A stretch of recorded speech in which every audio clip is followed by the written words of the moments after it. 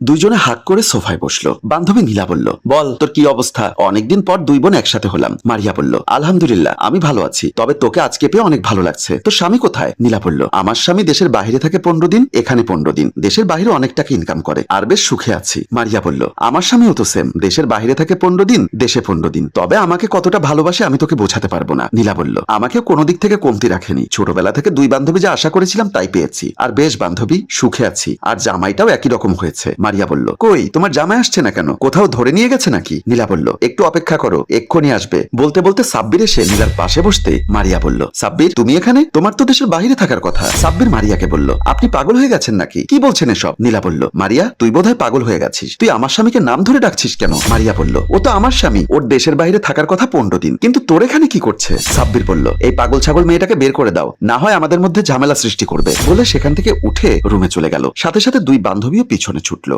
Drawing room থেকে বের হতেই সামনে পড়লো মারিয়ার মা। তারপর বলল, বাবা সাব্বির তুমি এখানে কি করে আসলে? তোমার তো দেশের বাইরে থাকার কথা। এপাশে এসে দাঁড়ালো নীলা ও মারিয়া। সাব্বির বলল, আপনি কি পাগল হয়ে গেছেন? কাকে বাবা ডাকছেন? আমি আপনার কোন কালের ছেলে? একটু আগে একটা মেয়ে বললো আমাকে চেনে, আমি নাকি তার স্বামী। আপনারা কি আমাকে আর আমার স্ত্রীর মধ্যে ঝগড়া সৃষ্টি করার জন্য এই বাসায় এসেছেন, নাকি অন্য কিছু? মারিয়া বলল, মা আমি এত করে বললাম ও আমার বান্ধবী, ও কিছুতেই বিশ্বাস করছে না। এদিকে আমার বান্ধবী বলছে ওর স্বামী 15 দিন দেশের বাইরে থাকে আর 15 দিন দেশে এসে থাকে তার সাথে, আর সেম আমারও। তখন আমার মনের ভেতর একটা খটকা লেগেছিল, আর কথাটা বলতে না বলতে তোমার জামাই বাবাজি এসে হাজির হয়েছে। নীলা বলল, বান্ধবী তুই আমার বাসা থেকে বের হয়ে যা। তুই শুধু শুধু আমার জামাইটাকে জামাই দাবি করে বান্ধবীদের মধ্যে ঝামেলা সৃষ্টি করতে চাচ্ছিস। আমার স্বামীর টাকার কথা শুনে তুই লোভ সামলাতে পারছিস না। সাব্বির বলল, তোমরা কি শুরু করে দিয়েছো? আমি তো কিছুই বুঝতে পারছি না। মারিয়ার মা বলল, তুমি যেহেতু কিছুই বুঝতে পারছো না, ঠিক আছে তাহলে তোমাকে বুঝতে হবে না। আমার মেয়েকে যে বিয়ে করেছে সমস্ত কাগজপত্র মেয়েকে দিয়ে আনাবো, আর আমি এক্ষুনি পুলিশকে ফোন করছি। তারপর বুঝতে পারবে কে মিথ্যা কথা বলছে আর কে সত্য কথা বলছে। সাব্বির ভয় পেয়ে হাত ধরে বলল, মা আসলে আমার ভুল হয়ে গেছে, আমি দুজনকে বিয়ে করেছি, কিন্তু আমি যে নীলাকে বিয়ে করেছি সেটা আপনার মেয়েকে জানতে দেইনি। মারিয়া শার্টের কলার ধরে বলল, কি করে বিয়ে করেছিস? কিভাবে বিয়ে করেছিস?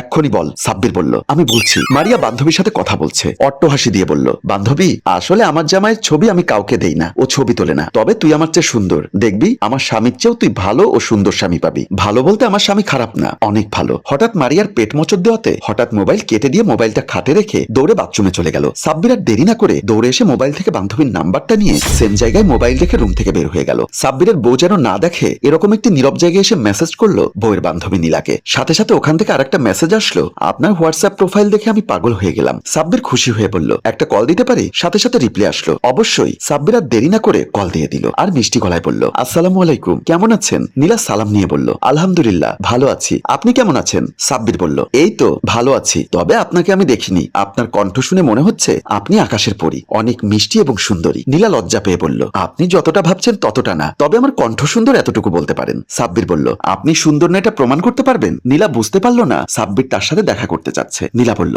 অবশ্যই, কিন্তু কিভাবে? সাব্বির বলল, আগামীকাল আপনি সন্ধ্যায় মঞ্জুর মোর্শেদ লাভ বার্ড হাউসে চলে আসবেন, আমি কমফোর্টের উপরে থাকবো। নীলা বলল, আচ্ছা ঠিক আছে, দেখা যাক। মা এসছেন, রাখি, পরে কথা বলবো, আর দেখা হবে। সাব্বির খুশি হয়ে ফোন কেটে দিল। তারপর নিজে নিজে বলল, আমার তো টাকা পয়সার অভাব নেই, মজা মাস্তি সবকিছুই আমার জন্য আসছে। প্রথম দেখাতেই নীলা বলল, মাশাআল্লাহ আপনি অনেক সুন্দর। সাব্বির নীলার হাত ধরে বলল, আপনার হিসাবে আমি কিছুই না। আপনাকে যদি একটা রুমে রাখা হয় তাহলে লাইটের আলো দিতে হবে না, আপনি থাকলে রুমটা জ্বলবে। নীলা অনেক খুশি হয়ে গেল। তারপর বলল, আপনি কি করেন? সাব্বির মনে মনে ভাবলো, আমি যদি তাকে বিয়ে করি তাহলে বলতে হবে 15 দিন দেশে থাকি আর 15 দিন বিদেশ থাকি, তার মানে 15 দিন ওকে সময় দিব আর 15 দিন মারিয়াকে সময় দিব, একদম পারফেক্ট। নীলা বলল, কি হয়েছে, কি ভাবছেন? সাব্বির বলল, আসলে আমি দেশের বাইরে ব্যবসা করি, 15 দিন দেশে থাকি আর 15 দিন বিদেশ থাকি, এভাবে আমার দিন যায়। তাছাড়া টাকা পয়সা এগুলো একেবারে আমার জন্য কিছুই না, মাঝে মধ্যে কিছু না পেলে টাকা দিয়ে মুখ মুছে ফেলি। নীলা মনে মনে ভেবে নিয়েছে বিয়ে করে ফেলবে, শুধু বলার জন্য অপেক্ষা করছে। সাব্বির বলল, আপনাকে আমার খুব পছন্দ হয়েছে, প্রেম না করে সরাসরি আপনাকে বিয়ে করতে চাই, আর বিয়ে করে প্রেম করব।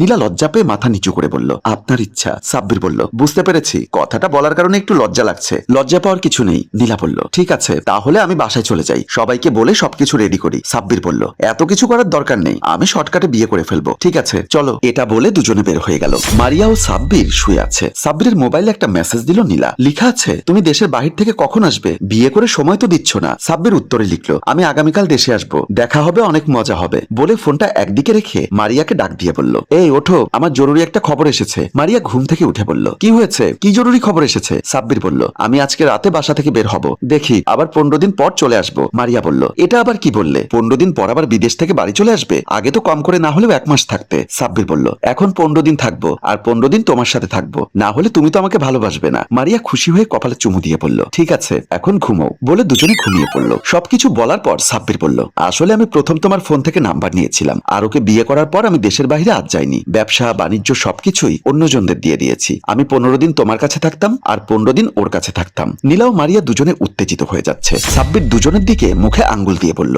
একদম চুপ, বাড়াবাড়ি করলে দুজনকেই ডিভোর্স দিয়ে দিব। শাশুড়ি কিছু বলতে পারছে না, কারণ মেয়ের স্বামীর কাছে পর্যাপ্ত টাকা আছে। এরকম দুটো বউ না, একসাথে 100টাও পালতে পারবেন। মারিয়া বলল, এখন আমার কি হবে? সাথে সাথে নীলা বলল, আমার কি হবে? সাব্বির, আমি তোমাকে প্রথম দেখাতে বিয়ে করেছি। সাব্বির বলল, আমি দুজনকে একটা অফার দিচ্ছি, যদি মেনে নাও থাকবে, না হলে তোমাদের কাবিনের টাকা দিয়ে দিব, তোমরা চলে যাবে। আমার যে বিল্ডিংটা আছে, প্রথম তলায় একজন থাকবে, দ্বিতীয় তলায় একজন থাকবে, আর দুজনকে আমি সুন্দরভাবে ঠিকই সময় দিব। রাজি কিনা সরাসরি বলে দাও, না হলে আমি এক্ষুনি ব্যবস্থা নিচ্ছি। দুজনে কোনো উপায় না পেয়ে রাজি হয়ে গেল। সাব্বির বলল, দুজনই বুদ্ধিমান, যদি বাড়াবাড়ি করতে আজকে দুজনকে ঠকে যেতে হতো, কারণ দুজনকে চালানোর মতো টাকা পয়সা আমার আছে। বলে দুজনকে কাছে টেনে নিল। সম্মানিত ভিউয়ার্স, গল্পটা ভালো লাগলে শেয়ার এবং লাইক কমেন্ট করে জানাবেন। গল্পটির রচনা ও পরিচালনায় আবু সৈয়দ রিয়ান, প্রযোজনায় মঞ্জুর মোর্শেদ।